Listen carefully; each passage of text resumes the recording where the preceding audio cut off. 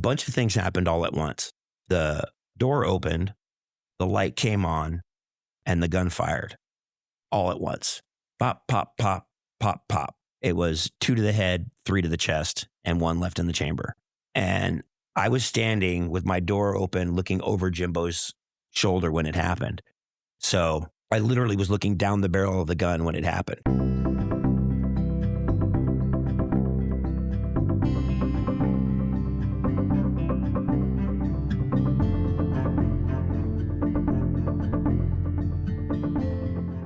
All right, it's the Fit for Radio podcast. We're back in studio, of course, at the Stafford Hills Club, which is a beautiful place. If you've never been here, they got the saltwater pool, brand new renovations in all of the weight rooms. And quite honestly, I love just to come here, escape from all of your real responsibilities, and maybe catch a swell in here while you're at it. Also, indoor, outdoor tennis facility, state-of-the-art stuff. You got to check it out, StaffordHills.com. And if you send me a message, I'll get you half off your initiation at StaffordHills.com. Right now, we are in studio. I'm really excited for this one. A guy who I met many years ago. I'm going to put it at maybe 15, maybe 17 years ago, a long time ago, back when I lived in Eugene, hosting radio shows there. And his name is Colby Brown. Welcome to the studio, Colby. Thanks, Drew. Now, what I did know about you is that you had a pretty interesting upbringing. You were one of those guys who I could tell had a lot in his story, but also kind of had that fun-loving guy thing about you. And I've come to find out that some of that maybe also could be considered a bit of a defense mechanism, a way to cope for what we're going to review today. Now, Colby and I met, like I said, in Eugene, Oregon. But before that, bud, you went for a ride. You all over the place. We're going to start right at the beginning. Okay. You were born in 1971. Yeah. In Redlands, California. And from the very beginning, your mother, which her name is Linda. Yeah.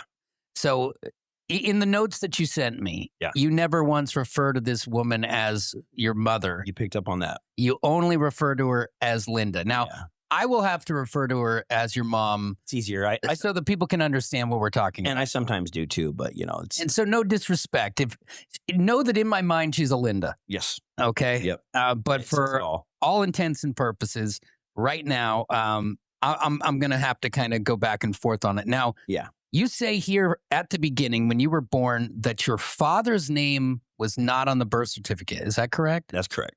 So to understand my mom is a really vast and complex thing, but the first step is to understand that she has to have ultimate control over every situation kind of thing. So his name was left off the birth certificate. She knew fully who he was and everything like that. There's pictures of him holding me when I was a baby and stuff like that, but she didn't want anybody to have any say over anything she did or when she did it. So she immediately basically got away from him. And then it was just, the Linda show from then on. So that way, no one can ever say, hey, where's my kid? Yeah. So here's a question about that. So did you never find out? Do you ever find out who your actual birth father is? Or did he get a short list? Or never met him. I only have pictures of him and stuff. And so you have a person. Yeah, I know who he is. His name is Rod Brown. He lived in Hawaii for a little while. His mom's name is Patty. He was going to be a massage therapist or a physical therapist. But like I said, she ditched him, shut it down, bailed out. I still hear stories of him, to this day. Some days like, oh yeah, it's old timers that, knew my dad or whatever. And it's very odd because he's always described as a really kind and loving guy and stuff. And my mom's like, oh, he was a psycho. And I had to get away from him as fast as possible. I'm like, okay. So my mom always told me that dialogue. So I'm like, oh, I'm the kid of a psycho, who's... And you believed that, obviously, absolutely. As a child, because that's your only When you have only one source of information, it's your absolute world. So everything my mom told me was true. I mean, up until, when I finally figured out, until the disillusionment kind of hit or whatever. But that was late 20s. And now, because we're going to pick back up the story to kind of give an idea of what you did go through and how your childhood was different than so many of ours. I grew up, and I'm just going to be honest, in a very nuclear standard issue family. You know, two parents. No, not standard. Standard as in there were four boys, and my parents probably went nuts on that. But still, very standard minivan, soccer practice. Good thing. You know, all checking all those boxes. Now, when you're 5 years old, something happens to you. But before that, is your mom dating around, or is she? So my mom dated prolifically. So She's she always had always, someone always, around. always. And in small towns, some of the reasons why we had to leave these small towns in the middle of the night was because she'd be dating 2 or 3 married dudes from the town, and the bounce checks would all catch up with us. And then next thing you know, it was grab your Legos, we're out of here. And literally in the middle of the night, it was my Legos, and we were gone. Really? Yeah. And that happened multiple times. That happened 3 times that I can think of for sure. That was in Florida. Okay, so when you're 5 years old, you're in Hawaii. So your mom moved you guys to Hawaii when you were a kid, just kind of sucked you out of wherever that realm of where your father could have been is no longer there. When you're 5, you got attacked by a swarm of bees. Yeah, we're hiking on a trail in Molokai with her boyfriend du jour, and we're kind of walking down this little rocky, picturesque, like a creek is running along, and there's trees overhanging, and it's just a great day, you know. And I was wearing these little khaki shorts with a little key ring thing on them. Okay. They were just these old, silly things from that era or whatever. And I remember looking down, I was wearing flip-flops. I remember exactly the day, and saw something on the ground. I was like, oh, cool. Boom. I kicked it. It was a beehive. And then I got attacked. But the point of the story is that instead of taking me to any kind of a medical facility or, you know, gosh forbid, call a doctor, they decided that the best thing to do was just to slather me with baking soda mud and lay me next to the pool in the sun, where I can get some good sunshine. Sounds like standard protocol. For sure. Right. Do not call the authorities. And also, it's like, as soon as you take a kid somewhere, then people might ask questions about everything else that happens. And that was the story of my life. My mom, under no circumstances was I ever supposed to, draw any attention. And this is a theme that I get told later too by an interesting fellow. But yeah, the whole point was that there was no CPS, there was no hospitals, no anything. And I remember one time my mom saying, "Our people don't call cops. Our kind of people don't call the cops. Okay, we're not those kind of people." And that doesn't help when there's an emergency. Yeah, and it became really more clear later. A quick story right after that is my little sister got a hold of a half of a Quaalude back in the day in one of the houses we lived in, and she was not taken to the doctor either. She had to ride it out. This little girl, she was probably 7. Or no, she was much younger. She's probably 5-ish.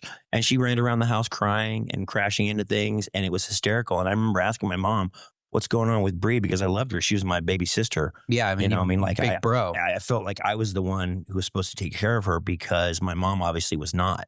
And so I'm like, "What's wrong with Bree?" And it's like, "Oh, don't worry." And I found out later she had gotten a hold of a half a Quaalude, and I could have killed her, but we didn't call the cops. We didn't go to the doctor. None of that.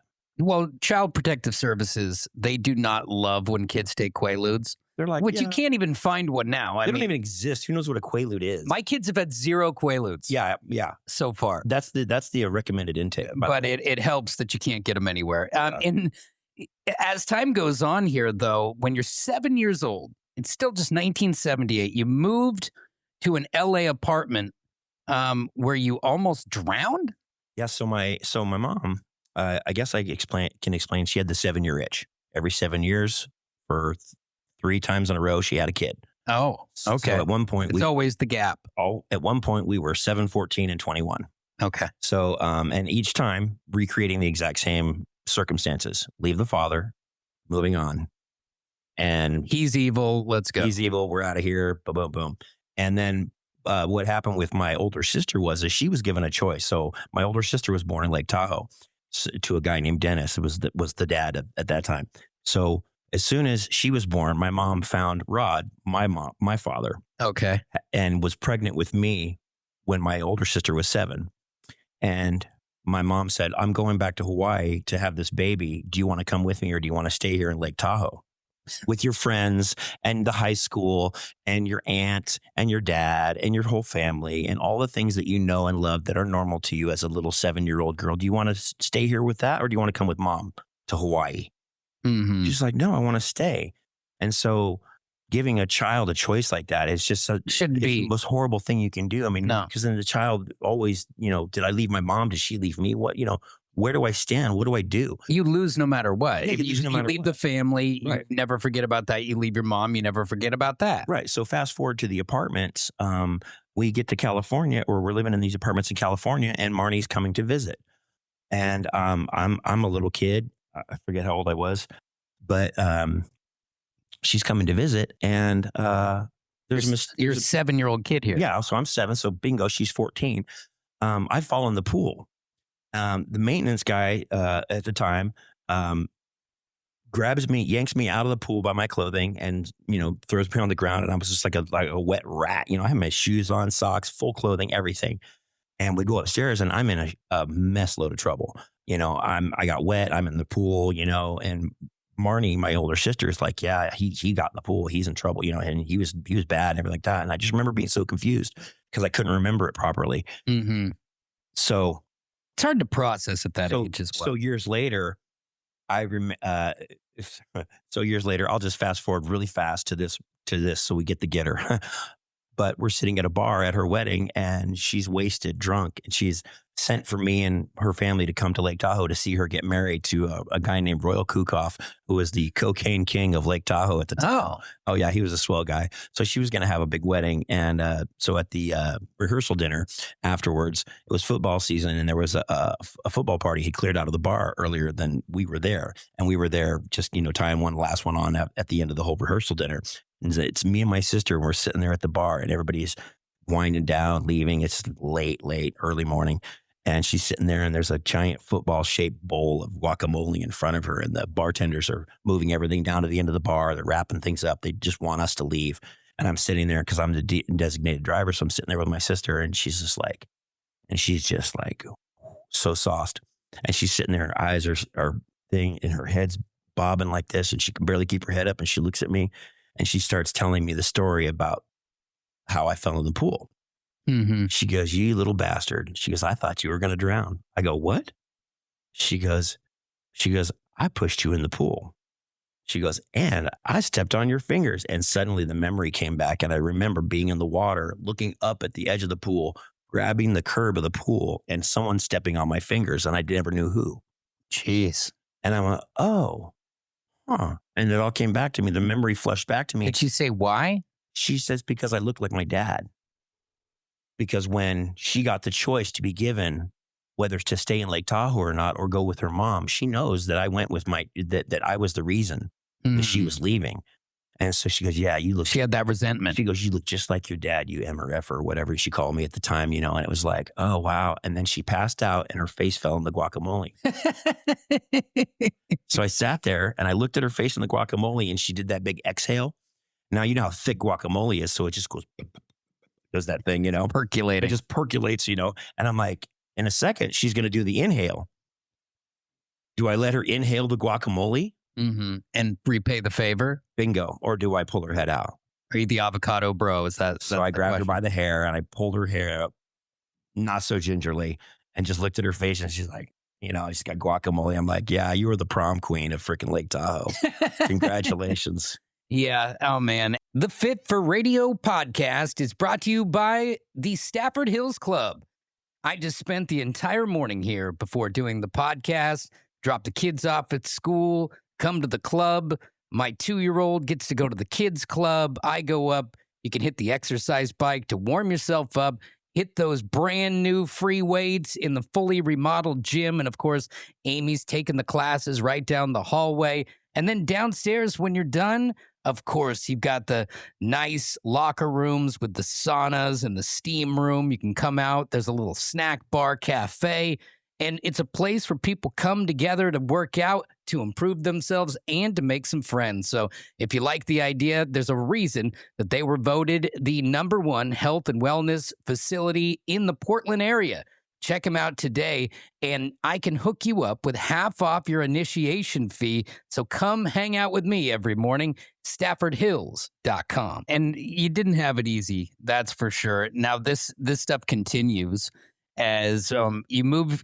Now, you've been in Hawaii. You've been in Los Angeles. And now your mom, Linda, decides that she's going to move you guys to Fort Lauderdale, Florida, because she's met a guy named Norris. Yep. Now, Norris is another boyfriend? So Norris turns out to be Bree's dad. Okay. The youngest of the three. So there was Bree, Marnie, and me. Okay. So on the 7-year split, that's... Yeah, and I'm in the middle. Okay. Right. So Norris is Bree's dad. We live in these apartments, and it's like a long row of apartments with another long row of apartments right next to it. So it just kind of creates like this big yard in the middle. Mm-hmm. In the middle of the yard is a little, folding chair with a little umbrella and stuff. And this little old lady in her quilted house coat sitting out there with a 6-pack of Budweiser. Her name was Myrtle. She was like the mayor. She just kind of was like always at her station out there in the sunlight. Ran that yard. She just ran the yard and everything. And then up in the front corner were these bikers that all lived there. And we lived way in the back. Well, it didn't take my mom long to figure out that the bikers lived there. And so she starts banging this guy named Jimbo, who's like this Sam Elliott kind of in the face, got that sparkly grandfather look, but could definitely whoop your ass. Mm-hmm. Now, this guy, and I think this is important to point out here, Jimbo is an important part of your story. Jimbo turns out to be a major character. And he is not just another one of the people your mom dates. Right. But that seems pretty quick. She's dating Norris and then Jimbo. Like, so that last relationship fails quickly, or? Yeah. So she just basically has Bree as soon as Bree's born. So Norris is working for a company called Global Oil, and he's always out on these offshore oil derricks. Oh, so he gets a wandering eye. Yep, big time. So the cat's always gone, and she's always just doing whatever she wants to do. So, and I know this, and Jimbo is like, my buddy. I mean, he's like this great dude. You can't not love Jimbo. All the bikers look up to him. He seems to be like the leader of the pack. Okay. He's got this really weird, quiet thing to him, and he's just a pretty solid dude, and he just, anyway, but, so when it ends up happening is, so she's dating Jimbo, and, Norris is always out of town. She's always banging Jimbo. Next thing you know, Norris is missing in Mexico. Nobody knows where he's at. So everybody's like, oh, what the hell? And my mom gets the telegram that Norris has died in a motel room in Mexico. Like drugs? Or? Yeah, he actually drank himself to death. They said what he did was he drank himself to death. He's a terrible alcoholic. And he drank himself to death. And then evidently the only way they identified him was they had to have a relative or something identify him through pictures because somebody had pulled all his teeth out with a buck knife. Oh, man. They got the gold fillings. Your mom really knew how to pick a man. She did. So he died. He was gone. And as soon as he was gone, so then this other kind of side story erupts. Jimbo one night is at this bar called the Bloodshot Eye, right around the corner from the apartments. Norris is missing. Things are weird, whatever. And then everybody starts talking, oh my God, Jimbo's in jail. Well, I guess this undercover cop insulted Jimbo, called him a hippie or something like that. And Jimbo, I guess, beat him up. And then the guy called for backup. And, he was a cop, so he called for backup. It was a cop bar. And then they showed up. And then they called for backup, and they showed up. And so they sent him to Tallahassee Penitentiary and just outside of Fort Lauderdale, I think. But anyway, yeah, so Jimbo goes to prison, and Norris is dead, and suddenly we're like, oh. And my mom's phrase is always, the whole new plan. Don't worry, I've got a whole new plan. Whole new plan. Because, at this point, you're only 8 years old, and she's had a lot of plans. And she just goes on and on with it. And the new plan is to move to Munson to be closer to Jimbo. Yeah. So we close to the jail. You want to? Yeah. So him in prison. Do they have conjugals back then? So that's so funny you should say that, because we go there and we go into the visiting room and Jimbo's there and it's really neat. It's like, wow, I get to see him, but it's weird because, he's in the outfit and everybody's there and you're in basically like a cafeteria room. So you got your vending machines. It's literally the cafeteria. That's where we were visiting him. Yeah, I've visited some inmates and I've done it in the cafeteria. So he's like, and I remember him telling me, oh, you see that guy over there? He did this, and that guy over there, burned his whole house down and stuff. And he told me all these, so it was kind of funny because I don't remember why he told me, but it was just really interesting because I remember knowing. I'm going, And as I walked around, he was visiting with mom and would be walking around with my little sister. And so I always kind of knew who was who. But at one point I I was getting stuff from the vending machine and everything. And we're having snacks and visiting and stuff. And then we say goodbye, and then we leave and we go back to our little tiny house in Munson. And what I didn't realize so Jimbo, way fast forward to 6 years ago when my pop's dying. He's got cancer. Well, you're calling him your pops. This is Jimbo. This is Jimbo. Yeah, sorry. Big fast forward. Yeah. So let's back up. I'm gonna air brake you on that a little bit. Because we'll get to all that. But Jimbo, when he later on in life, he told you about something. And what was that? So what Jimbo told me was that the reason that he had the job in the dairy at the prison and the reason he had the job so quickly and that he had all these privileges and everything like that was because on our way to the prison when my mom and I'd be in the car, what I never picked up on was that she was throwing the package out the window into the field. And it was probably heroin and cigarettes it was probably just heroin. But anyway, so she would throw a load of heroin out into the field where Jimbo could find it. Oh. And the way Jimbo got the job in the dairy is because my mom was screwing the warden in the conjugal trailers and the guards on the whole shift. So all the dairy guard shifts, the day guards, and the warden. Linda's hooking up with all of them.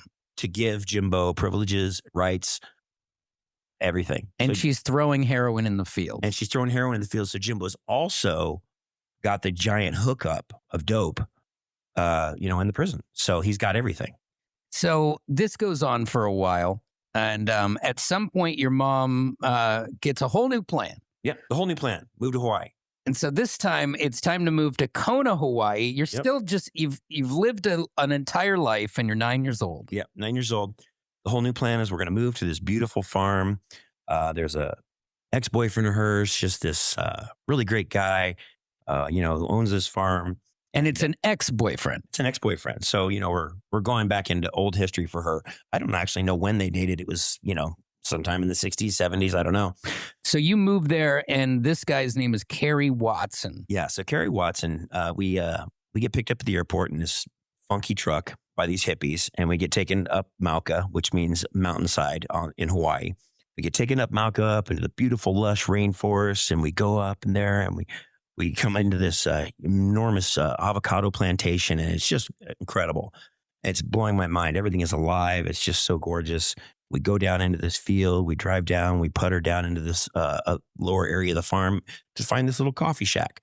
They call them coffee shacks because in the old days, they were actually used to dry coffee. The roofs had systems where they would pull them back on pulleys, and giant coffee trays were in there, and they would dry them in the sun. Okay. And then when the weather would go poop, they would just pull the roof back on them. So they always call little shitty houses coffee shacks. Okay. Get down to the coffee shack, and Kerry Watson walks out, and he's this little 5'6" dude, scraggly gray hair, 2 giant black eyes, and he's missing a couple front teeth. He looks like someone just beat the living dog shit out of him. And he walks out, and he's kind of limping because he's got a cracked rib or something. Backstory, he assaulted some prostitutes at the Matalani Hotel on Oahu, and the bouncers beat the daylights out of him. Oh, okay. So there's Kerry Watson. So anyway, give you a little insight just into a little him. backstory. So we meet him, and he takes one look at me, and the moment my mom is not in earshot, he looks at me closely, and he gets up close to me where only I can hear his voice, and he says, "You're in a new place now.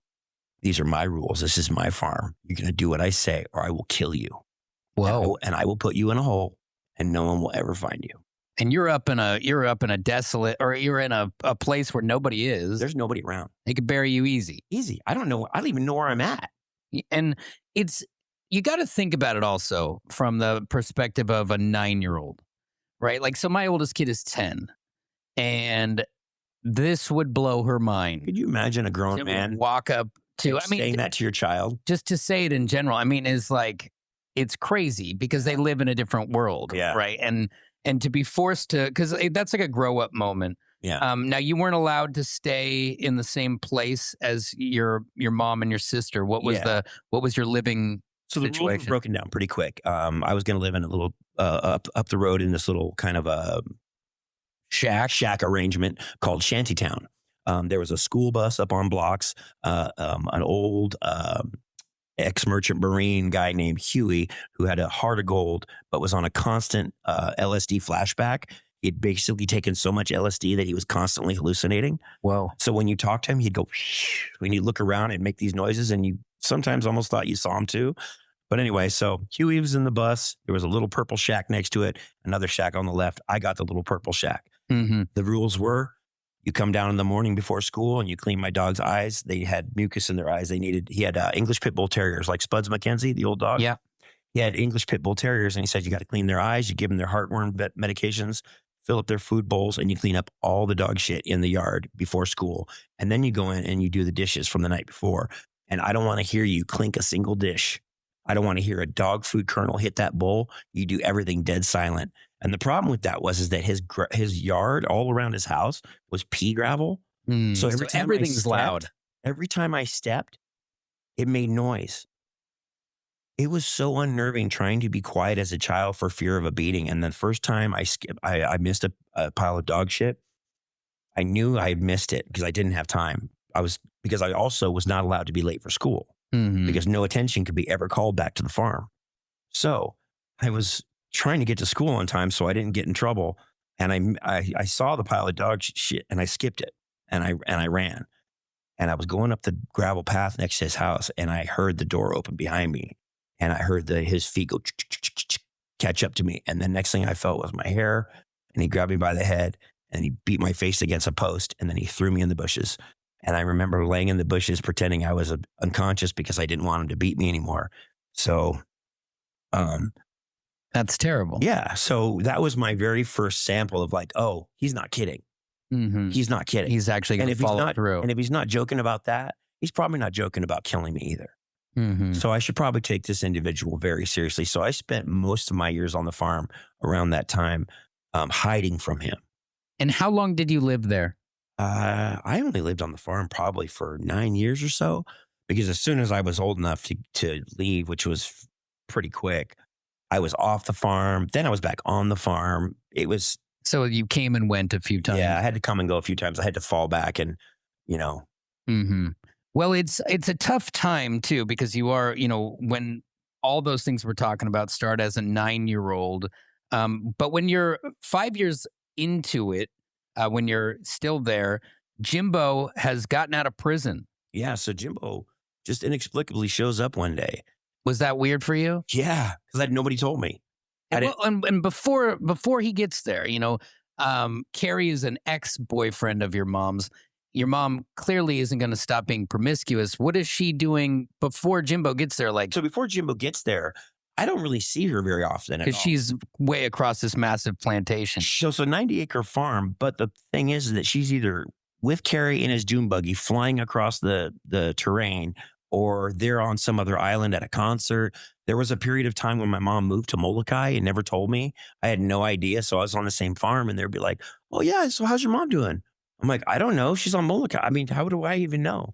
So, and there rules about not telling people about your life? No, but it was implied. It was super implied. Because I feel like if you were to tell somebody. Well, see, that's the bitch, is that I was kind of like an orphan, but I couldn't go into the system because I knew my parents. I mean, I know my mom. She hung on just enough for you not to get help. Yeah, like if I had gone to the, into the system, they'd have been like, oh, well, we'll try to find your mom. Oh, there she is. Well, when Jimbo gets there, it does give you slight relief. So Jimbo right? shows up out of nowhere. Because he's a guardian type character Big for you. Time. And he never even said anything. He never did anything. We were just sitting in the kitchen one day, and Carrie came up to hand out paychecks because he paid the whole farm, And he came up to hand out paychecks, and I was sitting next to Jimbo, and he just looked around and he could just see that those days were over. There was no more hitting me, and it was done. That was the last time. That's the last time Carrie even almost talked to me. He was done. I was not his whipping boy anymore. It was a done deal. Was he ever nice? No. Or never? No. And then I never saw him until years and years and years later. He had to sell the farm, and he gave Jimbo a very small piece of property on the very upper farm for all his years of loyalty. He gave Jimbo this little piece. At least he did that. Before he sold it, he carved out this little piece and gave it to Jimbo. And that's where Jimbo died. Wow, that's wild. Because I was sitting in this kitchen table. So you remember the scene in Cloud City when they walk in and Lando says, I made a deal with the rebellion so I can mine my gas. And they walk in, and at the end and the door opens and there's Vader. Mm-hmm. So I walk into Jimbo's shack 20 years later to visit him. This is before he had cancer. I walk in and sitting at the end of the coffee table is Kerry Watson. Mm-hmm. And Now you're a grown man. now I'm a grown man and I could throttle him so easily. I mean, if I wanted to go there mentally or whatever. And I look at him and he's just this dried up little gray old dude. And he's just like, and he looks at me and he goes, well, look at you. And he said something shitty to me. And I don't even remember what he said, but I just remember going, wow, you're the most pathetic little thing I've ever seen. Mm-hmm. You actually terrorized me? Yeah. You realize I could just shake the change out of your pockets right now? But I'm not gonna. So Well, and it's those types of people who are going to hit kids. They're not.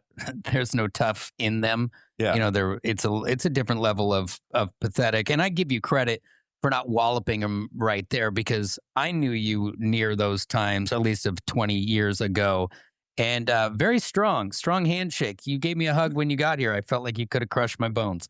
So that's a good thing. It's that you did not do that and funny thing took about the high road. funny thing about hitting a kid when they're really young is that they I think there's a point when everybody, the cycle of violence and all that, like you get mistreated, you usually grow up and mistreat other people or whatever like that. I think everybody has a point. There's a definite mental choice when something is being done to you and you can tell whether or not you're going to do that to somebody else. And honestly, being hit in the face, to this day, if I ever got in a fight or anything like that, I'm not a face hitter. Mm-hmm. I'll grab your wrestler, give you a noogie or something like that at the most or whatever. But Yeah, I just can't. little arm burn. I couldn't bring myself to hit somebody in their actual face hole. Like this is where you talk and you breathe and you communicate and all those things. Mhm. So, oddly enough, I'm not a hitter. Yeah, which is a good thing. I think violence, especially, I mean, we're in this day and age, in the 2020s that we're in these days, it's becoming more and more frowned upon, even to do a traditional spanking situation. And just full disclosure, like I'm raising 3 girls. You can't be hitting them, and so for me, it's a different style of punishment and teaching and all those things, it is a tougher path not to go back and whack somebody. I mean, because I grew up in a time where you still did have spankings. Yeah. But it seems to be becoming a thing that's more and more archaic. Especially with my kids, like my dad will be on the phone and be like, God, back in the day, you would have caught a spanking for that, because he's hearing all this noise. I'm like, Dad, they're girls. What you're hearing is actually loud joy. Yeah. So like I can't go in when they're all having a blast and just start whooping people. Drop the hammer on the jaw. Yeah, and he gets that. He raised boys, it's more of a Tasmanian devil thing. Yeah, boys making that kind of noise means the next level is someone's going to have a bloody nose. There's going to be a fractured arm. Yeah, he's on the phone ordering sheetrock because we know we're going to have a massive hole. Yeah.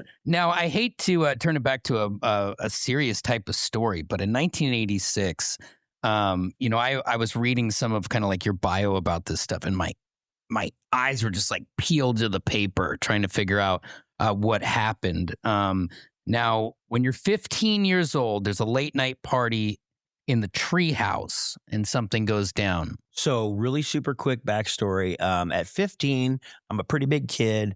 Me and my buddy Josh are just thick as thieves. We do everything together. After school one day, we come home and one of my mom's boyfriends, Mark, this dude was like, being abusive and stuff. And we go down there and I jump on him and wrestle him around. I'm a big kid and he was a little dude. He was a 35-year-old man, stinking drunk. Mm-hmm. I mean, he was like, probably could have blown a 4.0. Hammered. And I'm like, I'm a big kid. I'm like, I got you now. You're messing with my mom. My buddy Josh is backing me up and he's a big kid too. So we got you. Anyway, so that kind of really gave me a lot of confidence that day. And I felt like, I can take care of my mom. I can take care of the house. Everything's okay. You're the man now. My mom had this string of these boyfriends or whatever. So there was Mark, there was Dave, and then there was Billy. Billy was a different kind of breed because he was super scary. He was just really tall, athletic, very everybody in Kona was afraid of him. Grown men were afraid of Billy. And it was just the word on the street. You don't F with Billy. Nobody would. Nobody would dare. Mm-hmm. Well, true to perfect fashion, my mom ends up dating the psychoest psycho in Kona. And now he's in my house with Billy, with my baby sister and me in our zone all the time. And this is one of those weird periods where my mom actually was like, so like right before this, she's like, you need to move home. I'm back now. I'm back on the Big Island. I have a house on Napapo Road. I'm your mom. You're moving home. I'm like, okay, this is weird. We'll try again. Sure, I could try being your kid at 15. Well, and it's your mom. You And it's my want mom. you want her It is your to be exactly. right. And that's you the hard know, part to try to get to listeners is that it is still your mom. and like she can fail you and fail you and fail you. You want that thing at the end where they come through. You want the love. My wife grew up with her dad not in her life, and like you could just count the repeat where they fail to follow through or they fail to step up, and you can still sense like this in some of her siblings even more than her, just this little hope that it could be different. Yeah, you just want the love, man. You just that acceptance, that parent that you deserve to know where you came from. Mhm. To know your people. But so it had gotten to the point where she's dating Billy. Yeah. One night, and the tree house, I have to clarify, is a full size house in a tree. It's kind of famous. They actually had to demo it a few years back, but anybody who's been to Hawaii on the Kona side has driven by it. It's in a giant mango tree. It's a 2-bedroom, 1 bath with a full kitchen, everything. It has the pipes running up the middle. It was just an amazing thing. So we're up in the tree house one night, and Jimbo's there, and it was Jimbo's house. So we're up there, and we're all drinking late. Billy gets super, super drunk and gets mad about something. He perceives some flirtatiousness between Jimbo and Linda. Well, that's not hard to do when your mom has banged everybody in town. Mhm. So, so he's, sensed something there, he thought, and then Billy gets mad and storms out, jumps in my mom's pickup and leaves. So he's gone, and we drink into the night. And Jimbo's like, all right, so he finally drives us home. So he drives my mom, my sister, and me home, drops us off, and he goes back to the treehouse. Middle of the night, boom, boom, boom on the door. It's Billy. He's back, and he wants in. I lock the door, and he starts telling me he's going to kill me.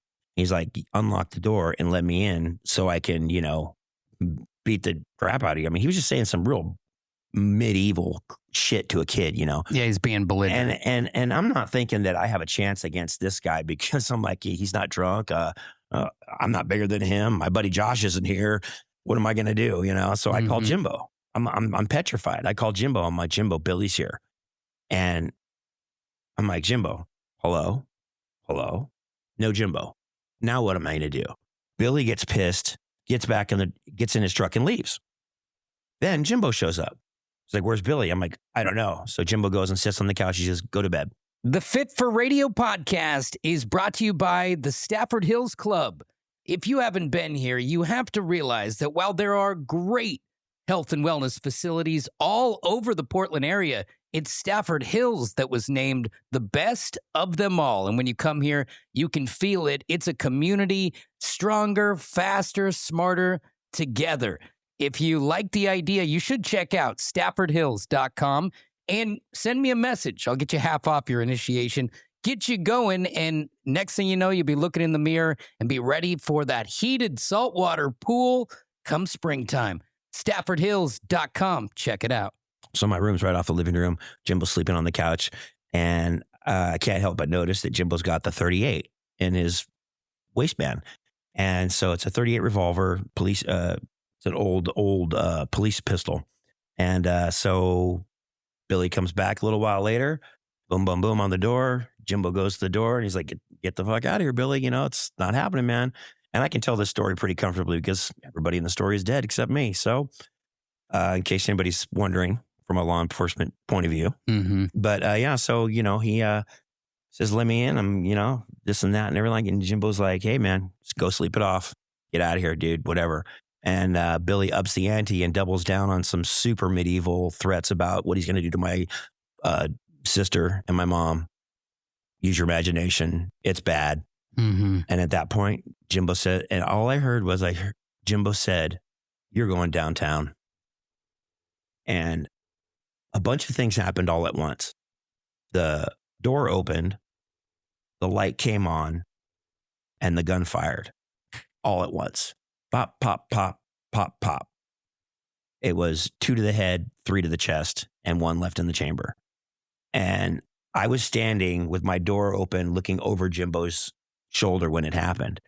So I literally was looking down the barrel of the gun when it happened. So when Billy was taking these shots and stuff like that, and then he staggered backwards, and just it's pretty much like a movie. You can just use your imagination. He staggers backwards and falls over the railing out onto the porch, and I run out there, and Jimbo runs out there, and I look at Jimbo, and Jimbo's like, "Fuck!" And he grabs him, and he starts dragging him over to the truck. So I grab his hands, and I help drag him over to the truck, and then we go 1, 2, 3 into the back of the truck. He slams the tailgate. He says, "Hose this shit down. I'm going to the dump." Oh my God. So are you even thinking? No, I was just like, we got to clean this mess up. We got to clean this up right now. This has to go away. Jimbo can't go to prison. Mm-hmm. And so I spent the night hosing down the thing, and the blood just kept bubbling and bubbling out of the gravel and bubbling, and it wouldn't come out. And there's still and I couldn't get the blood out of the wood.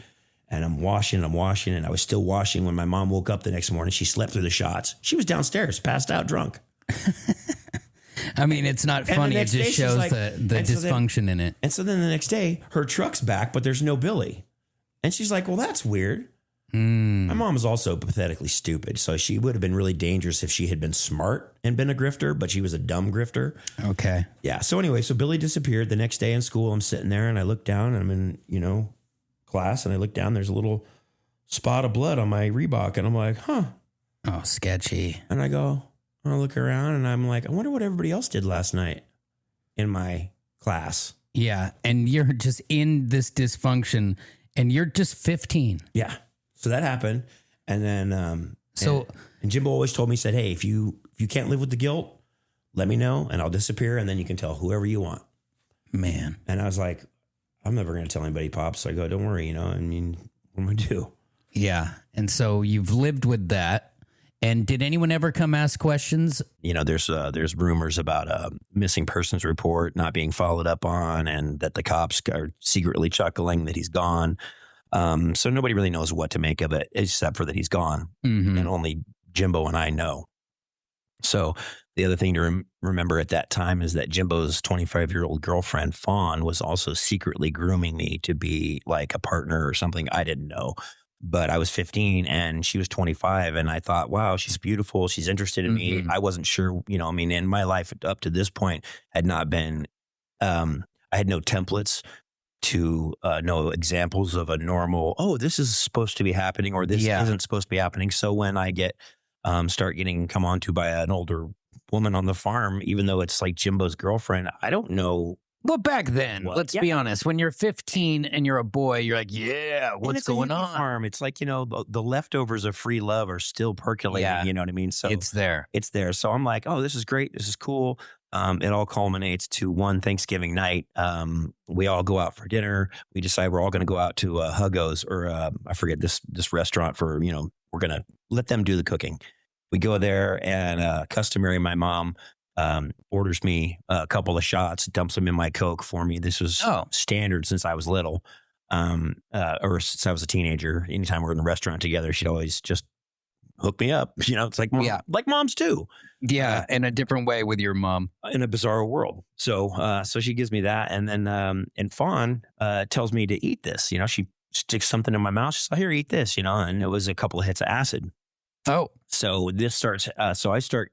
So we're sitting at the restaurant, and I'm looking at objects on the table, and they don't seem like they're like where they should be, or it's going sideways. Yeah, physics are starting to fail me. Yeah, and so I'm like, whoa, and I start kind of getting this look on my face, and Fawn says, "Oh, I don't think Colby's feeling very well. Maybe I should take him home." So everybody says, "Oh yeah, good idea." Boom. Nobody asks any questions. Fawn takes the sick kid home, takes me home, lays me in bed, and has sex with me while I'm having a bad trip.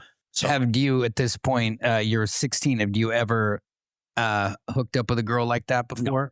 No, this was my first experience. So you lost your virginity on acid on Thanksgiving. Yeah, I'm laying on the floor in my little futon where I slept in this little room in the back, and I just remember laying on my back and hearing what I thought were bubble wrap popping in my head. Somebody popping bubble wrap.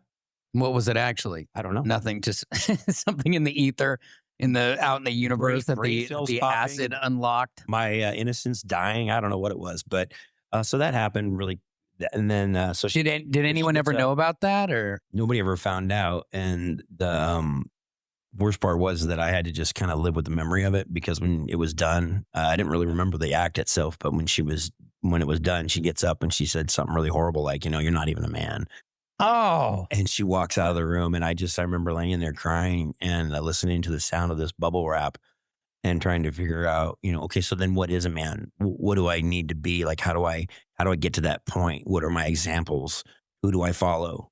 because drugs like that are already messing with your mind and sending you down rabbit holes. And then someone who's a grown woman hooks up with you as a kid. Yeah. And then on the way out the door, as if that wasn't the crime enough, Right. they just douse the room in gasoline by Right. saying that you weren't good enough, Yeah, which just expecting a boy to perform like a man, and then is never going to happen. So I've carried that with me my whole life. That's always, kind of it's just one of those things. But you cope. Mm-hmm. No, I get it. You were able to kind of pull out of some of that stuff, though, because a couple years later, you graduate high school. You got the B average. Yeah, I actually, I was like on the B honor roll. It was kind of a big thing. And then so looking at my examples, I'm like, what do I want to do in life? Mm-hmm. Who are my heroes? Who saves the day? What's going on? What do I want to be? Yeah, I want to be a cop. When I called the cops when I was a kid, they'd show up. My mom wouldn't be beaten anymore. Presto changeo. I want to be a cop. I want to be a hero. I want to help people. Mm-hmm. So I went, took the test, took the aced the written, took the physical agility test, did really well on that. Took the psych eval, did everything, and then we were working on a job site, clearing ancient Hawaiian burial grounds, heiaus, for a golf course, so that the bulldozer operators wouldn't, bulldoze the ancient burial grounds. And we're out there working one day, and this is just out of high school, and we're working, and we were drinking on the job. And this cop actually comes up to the job site, way up in the Tules, out in the middle of nowhere, up in his truck, finds us in the bushes drinking wine out of my buddy, my Hawaiian buddy's water cooler. He would make wine coolers in his water cooler, bring it to work. Like hooch, basically. Yeah, we get shit-faced and swing machetes all day. Yeah. So anyway, we're up there in the bushes getting drunk, and this cop shows up, and he's like, Colby Brown. I'm looking for Colby Brown. I'm like, oh crap. Warrants. Dude, the cops are here. What's up? Yeah. And so I go out there, I climb out of the bushes, and he's like, are you coming or what? He's like, we're waiting for you. This is the final step. You got to go take the drug test. He's like, he looked at me and he told me, he goes, you're either going to be a party guy with your friends here the rest of your life, or you're going to become a cop. Your friends are all going to be cops. Your relatives will be cops. You'll be a cop from now on. Choose. I'm like, cool, man, bye. And you said no. I said, let's party. And so this kind of, this is all during a party time, and you're still young. You're still 18. You're just getting out of high school. Later on, though, you find yourself in the military. Yeah. So now, how do you go from a guy who didn't want to be a cop because he wanted to party, right, to a guy who's going into the military? So I met a woman, fell in love back in Hawaii. The whole thing was a big, sad breakup. I was super depressed. I left the island right around that time. The earthquake, LA earthquakes had just hit, and so there was tons of work in the Los Angeles area. And my uncle says, not my real uncle, but a friend of the family, Uncle Jimmy, says, "Oh, there's work over here." So I'm like, "Great."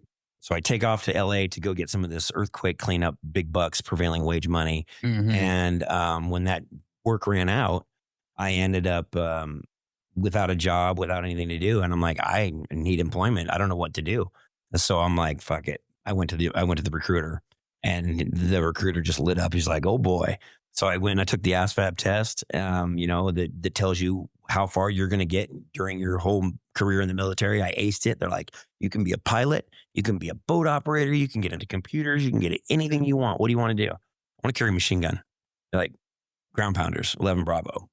Here you go. Click, click. There you go. Bye. Mm-hmm. So they send me off to the Fort Benning, Georgia, where I go to basic training, and my shoulder comes out of socket. Uh-oh. From a motorcycle accident I had years and years earlier. And so I deal with this injury myself. Yeah. I dislocated my shoulder with a weight over my head in college. And to this day, the thing pops out. And because, as you know, the shoulder's not a true joint. It's just an arrangement of ligaments and tendons. Mm-hmm. And once you compromise that, it just doesn't sit right. So We're doing company PT one day. My shoulder goes out of socket real bad. They send me to the medic to check it out. They do a dye injection into the socket to see how far it's out. They measure it. They're like, "You're done. Medical discharge." That was it? I'm like, "You're kidding." They're like, "No, we can't use you." I Wow. was heartbroken because a small part of me wanted to go into combat and die. Mm. I mean, I'll just, now with my grown up eyes, I know why I made that decision. You had a bit of a death wish. Yeah. So, I'm like, oh, I don't get to go carry a machine gun into combat now. So now what am I going to do? So I'm sitting there and they sit you in front of the first sergeant's desk and outside this office where you have to sit and watch your company train, break down their weapons, do all this kind of stuff. And I was, what I didn't realize is that I was fast tracked, that I was actually going to be the platoon leader. But they don't tell you that. So because I had natural leadership qualities and things like that, during RBFT, rifle bayonet fighter training and things like that, I yelled the loudest and, what makes the green grass grow, blood, and all that. Yeah. So I was really into it, drank the punch. I was down, shoulder came out of socket, heartbroken. What do I do? And now you're out. And now I'm out of the Army. So this leads you to going back to Kona. And you run into some drug problems. Yeah, so I go back to Kona, no job, no prospects, nowhere to live. Yeah. End up flopping on couches and hanging out and just, basically just freeloading with my friends, who are all did nothing since I left, which was my nightmare, when I was a little kid. I don't want to die in Kona. Yeah. You know what I mean? I don't want to be a bum, and so I go back there. My friends are all just still partying and everything, except now ice has hit the market. Crystal meth's cousin, ice. Which it's basically just a glorified meth. Whatever. I don't even really know. It's just super potent, super addictive. And I know that as soon as I smoked it, I just wanted to smoke a whole bunch more. Addicted immediately. Oh, instantaneously. Your vocabulary goes to the roof. Suddenly you have access to words and things you didn't even know were inside your noggin. And you are functioning on a whole different level. You think it's this great thing. Your brain is just overloaded on happy chemicals. And it's the only way that drug could work, because if it made you feel the way we see you when you're on it, Bingo. You would never do it, or you would never do it again. But the person on the drug thinks they're on the limitless drug. Oh yeah. They're like, this is great. I must look amazing. Mm-hmm. Yeah. You look terrible. But yeah, so I got involved with some friends and swinging was kind of a thing. I was hanging out with these people and they were smoking and hanging out. And next thing I know, I'm like, this is just the weirdest, most unhealthy environment I think I could possibly be in. Wait a second. Back up a sec. Swinging. Swingers and ice. So, and we're not talking about the people who sweep up immigration and all that. We're talking about the drug. We're talking about open marriages. Open marriages. And so are people doing these drugs and doing that? Or are you doing that drug and hanging out with them? I kind of met. They're like, oh, hey, how you doing? It's so nice to meet you. You're back from the Army. Look how fit you are. Wow. And I didn't realize it, but they're sizing me up. So next thing you know, they're like, here, try this. I take a little puff off this stuff. I'm like, whoa, what's this? And suddenly, like I said, you get all this feeling. And next thing you know, you're in a swing set. You're in a swing situation, and then next thing you know, you're their favorite, and then you're their regular, and then next thing you know, you're the guy. And then one night, the wife says, "Why don't you and I just run away together?" Oh no! And I said, "Bye," and I left immediately. And I told him, and I said, "Your wife just told me this. I don't want anything to do with this. I'm going to see myself to the door." Wow. And that was my brief and lurid session with not only ice, but swinging as well. That's incredible because most of us would, anyone who's, I'm looking at you now, you're put together, you've raised a family, and we're going to get to all that. Yeah. But it's a drug that most people do not come back from. Yeah. Have you ever been to a health and wellness club where it feels like they want you to come back? So many times I've signed up for memberships only to have them hope that the place stays empty, but not at Stafford Hills. You come in, you can feel the warmth, such a friendly staff. They know what's going on over here. And of course, you can also do personal training sessions. Their teachers are incredible. They've really dialed it in over here. So whatever you want to make of yourself, they can help make that happen for you. If you send me a personal message and say you're interested, I will get you half off your initiation here at Stafford Hills Club. And I'm telling you, Get in where you fit in. You'll be happy that you did it a couple of months down the road. And I'll see you right here in the hallways and up in the gym because I try to be here 4 times a week at least. I think some of the gym rats would say that it's more than that.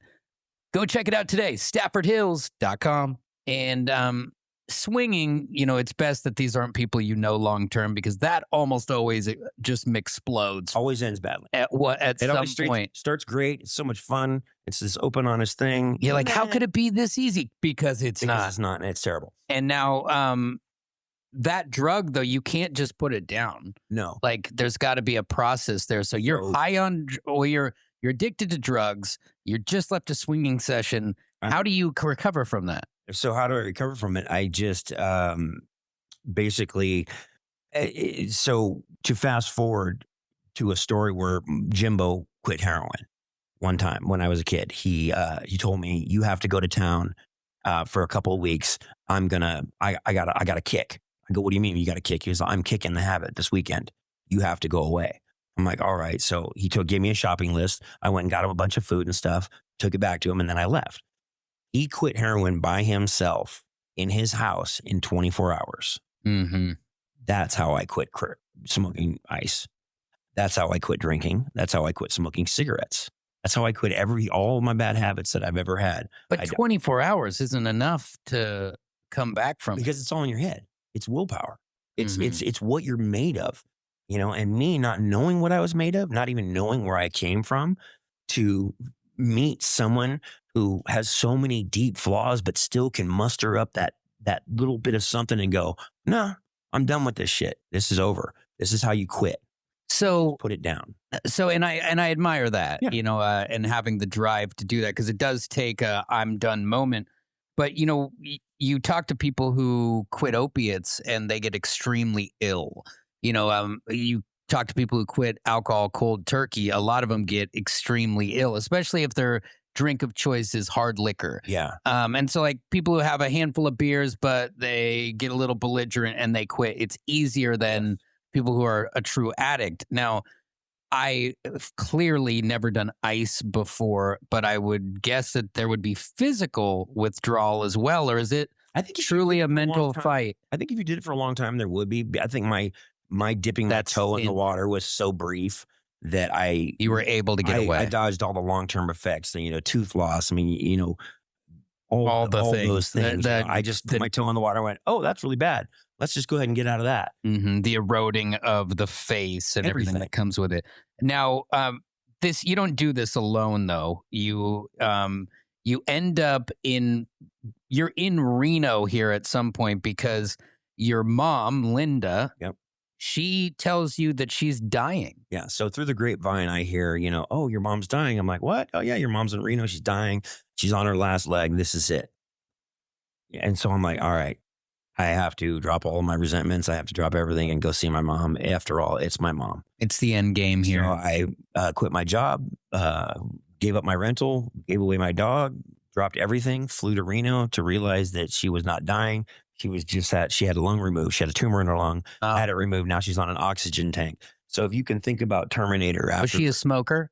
Yeah, she was a smoker. Yeah, she smoked, she drank, did everything under the sun. And so if you can imagine Terminator when all the flesh was burnt off and there was that one glowing eye and it's dragging the foot along, that's sort of like Linda in those days. So she was deteriorated. You can't destroy pure evil. You know what I mean? It's like the Emperor. You know what I mean? It's like just keeps coming back on a roll. And but you call her pure evil, but you move back to be around her because I couldn't let that be the end of the story. I couldn't be, oh, you weren't there for your mom. Yeah. You know what I mean? So I flew back there. But that actually was a miracle. Yeah. Because while you're there, you decide to go to a Renaissance festival and you meet someone. Yeah. So I met my wife, Marion. And if anybody ever doubts that true love at first sight exists, I'm here to tell you it's absolutely real. I took one look at her and I was so blown away. I wanted to spend the rest of my life with her. That was it. You see your future in someone's eyes kind of thing. It's so dorky and corny, but true. It's true. And that was it. And so then after that was all I wanted to do was be with her. We were living in Reno. I was in a bad way. Again, I had fallen back into drugs on a recreational level in the construction field. Everybody is 24/7 pouring concrete. We're tying steel. We're working. Are Late they on nights, speed, meth, or what Yep. are they on? So they called it crank. It's a bathtub version of It's whatever it is. It's like a poor man's cocaine Exactly. party. So everybody's doing this crank or whatever, and I fall into that because I'm in construction. Everybody wants to work more, make more hours, make more money, get more drugs, work more. So I'm chasing that cycle, and I meet her, and I realize I don't want to be a dirtbag. You're done. I want to be someone that she is going to love. And when I met her, she didn't know that I was a part-time drug user. Because you're hiding that because you like this. Yeah, because I wanted her so bad to be a part of my life. And do you come clean with her on that, or do you do it on your own? She knew. We talk about it years later, and she's like, she knew every time. She knew all about it, but she was the kind of person where she knew that if she confronted me, that I would react poorly. And you could I had to make my own way. yourself. I had to make my own path, and I had to learn it on my own. And she let me do that. And then I say she tricked me. She took me on a road trip through Oregon, and I got to see the trees again. And that was it. I was like, we're getting out of that town. Yeah. We're gone. Well, from Reno to Oregon that's quite the stimulation. And growing up in Kona. So I'm like, how did I end up in Reno? Why am I even here anymore? What's going on?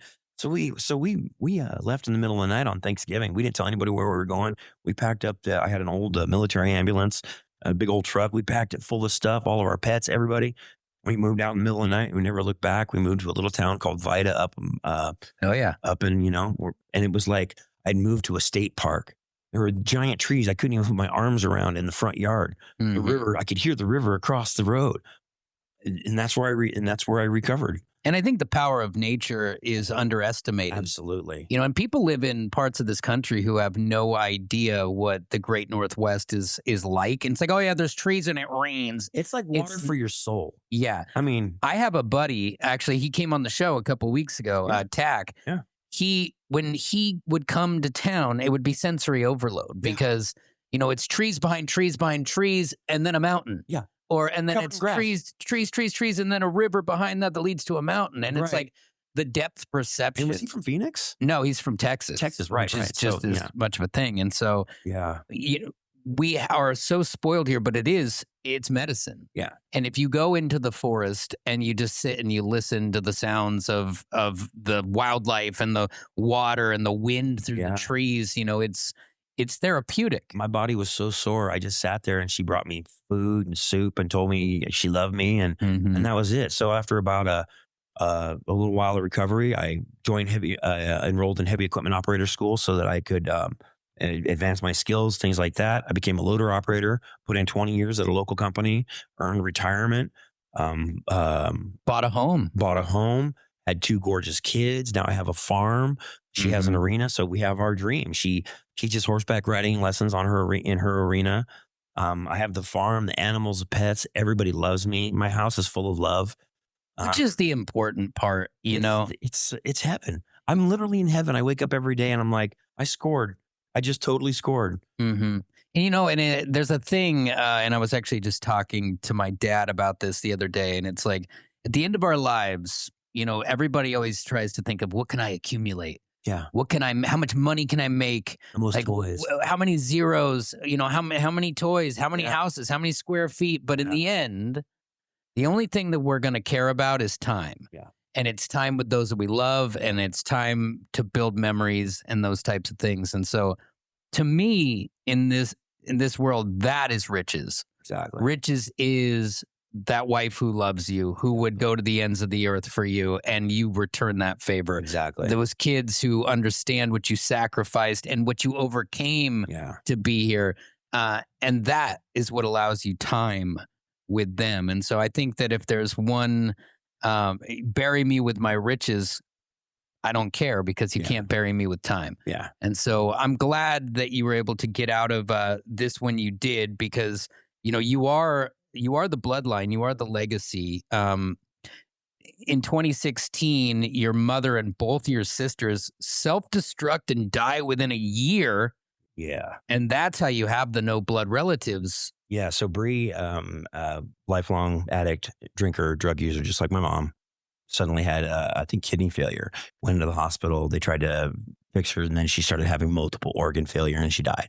My older sister, Marnie, the 3 of them actually died all within 2 years. So pre Linda and Marnie. Marnie had massive organ failure and was in a facility that they had to her insurance ran out. They sent her home. They're like, look, you're under house arrest. You cannot leave the house. You absolutely cannot consume a drop of alcohol. As soon as they left, she went to the liquor store, got a handle, drank it before she left the parking lot, tripped over a parking bollard, and smashed her face in on a parking bumper. And died that way? No, they took her to the hospital and she died that way. But now this is the prom queen of Lake Tahoe, right? Yeah. Smashed in face. She's now. guacamole. She's totally guacamole, and she won't let anybody in to see her. And she dies alone by herself because she's so vain. She won't let anybody see her face. Then my mom dies. Basically, same way. She ends up, the last I heard of her, she had broken both her ankles. She was on Molokai somewhere and had tricked some new idiot into believing that she was like some kind of an angel. And the guy Facebook requests me months and months ago and says, your mom was just such a wonderful lady. Oh, man. And isn't that funny at the end? They're like this new version of them. They might try this at the end. And, and granted, it's your mom, but she has a history of thinking about herself first and foremost. So I'm sorry that you had to deal with that and that you had to go through all that. Jimbo, the man that you consider your father figure, he ended up getting sick as well just 2 years later in 2018. And you went out and got a chance to say goodbye to him. And when I did that, that's where he told you about the conjugals and the heroin. And that's when he dropped the bomb on me and told me all those things that I didn't know that he had never, wanted to tell me earlier. But circle up, we're going to do a family story. Kind of tell about your grandma. But so he dropped that on me and everything like that. Then I went back home. He passed away. But the night I was going to the night I left, the night before I left, after visiting him, I got real drunk with some friends, drank a bottle of Maker's Mark. So basically, we're sitting there drinking, and my old buddy from 20 years says, "This is it. We're gonna fight." And I'm like, "What?" And he's like, he had some 20-year-old vendetta about something I said about dating his girlfriend, 25 years ago. And I'm like, dude, this is the epitome of why, I'm done. I'm just done. So we go outside. He wants to fight me. It's like a movie. I get on my knees. I'm like, dude, you can't knock me out. So just take your best swing, and then I'll leave. You can have your payback. And he wouldn't take it. My buddy Josh, of course, I call him up. He's right around the corner. He's like, I knew something bad was going to happen. Picks me up, swoops me off to his house. I stay at his house that night, and I went to sleep and realized, I'm like, that's the last drink I'm going to take. I'm done. And the next morning, I'm leaving Keohole Airport, and I'm sitting there with a horrible hangover, because that's what happens in your 50s. Yeah. And also when you drink into the night and end up on your knees, hit me. Yeah, you're in it. So I just had to use some mental leverage. And as the plane was taking off, I looked behind me and I'm like, well, that's where I'm leaving my drinking habit. And it worked. And you got to leave it back there on the island. Stuff, we'd have $1 million cure, but I figured out how to beat addiction, and I'm a quitter. I think it's super cool that you did that you quit the drugs, that you got out of the cycle of abuse, these other things. And you talked earlier about how you decide in your life somewhere where you're not going to repeat these actions. And I think that all of us who are from this generation moving forward need to be the ones who change that culture of abuse, and that even that punishment, quote unquote, can be rethought. And we can go in a different angle. I can affect my children's emotions and the way they think about something way more with my words than I can with my hands. Exactly. And there's no worse feeling than when you step in the direction of a child and they cower away. Exactly. Even if you've never put your hands on them, even me as a father and as a man and as a human being realizes that sometimes my voice gets too loud, or my shoulders come at a different angle, or I look like I'm spry and ready to pounce. You also have to work on your nonverbals and those things that happen on accident. But I'm a work in progress. You're a work in progress. But all these things are important. And I know that you have been through a lot. You've dealt with a lot of the mental health issues that come with it, a complex PTSD, along with work-related stresses and things like that came on. I admire you for doing the work and continuing to better yourself. Therapy is important. It works. And if you're somebody who's thinking about those types of things, it's good to get in contact with someone, because you are not alone. You don't have to do these things. Look into EMDR. EMDR is incredible light therapy. It's Okay. it tracks eye movement. It's all science based. It's incredible. EMDR for anybody with post traumatic stress disorder for sure. Well, we might have to do a whole episode on that, Yeah. get you back on. But this is a guy who's gone through it all, overcame a situation where even Linda, your mom, chose to party over you, but it didn't change the fact that you came out as a great human. And I'm so happy for you and your family and all the Appreciate animals that are out on the farm. All our critters. Appreciate that, Drew. And we will talk to you again soon. It's the Fit for Radio podcast, of course, filmed and recorded here at the Stafford Hills Club in Tualatin, Oregon, where you can work and play. You can even get the studio right next to me, and we can bro it out and go to lunch. StaffordHills.com. Thanks for coming in. Thank you, sir. Cheers.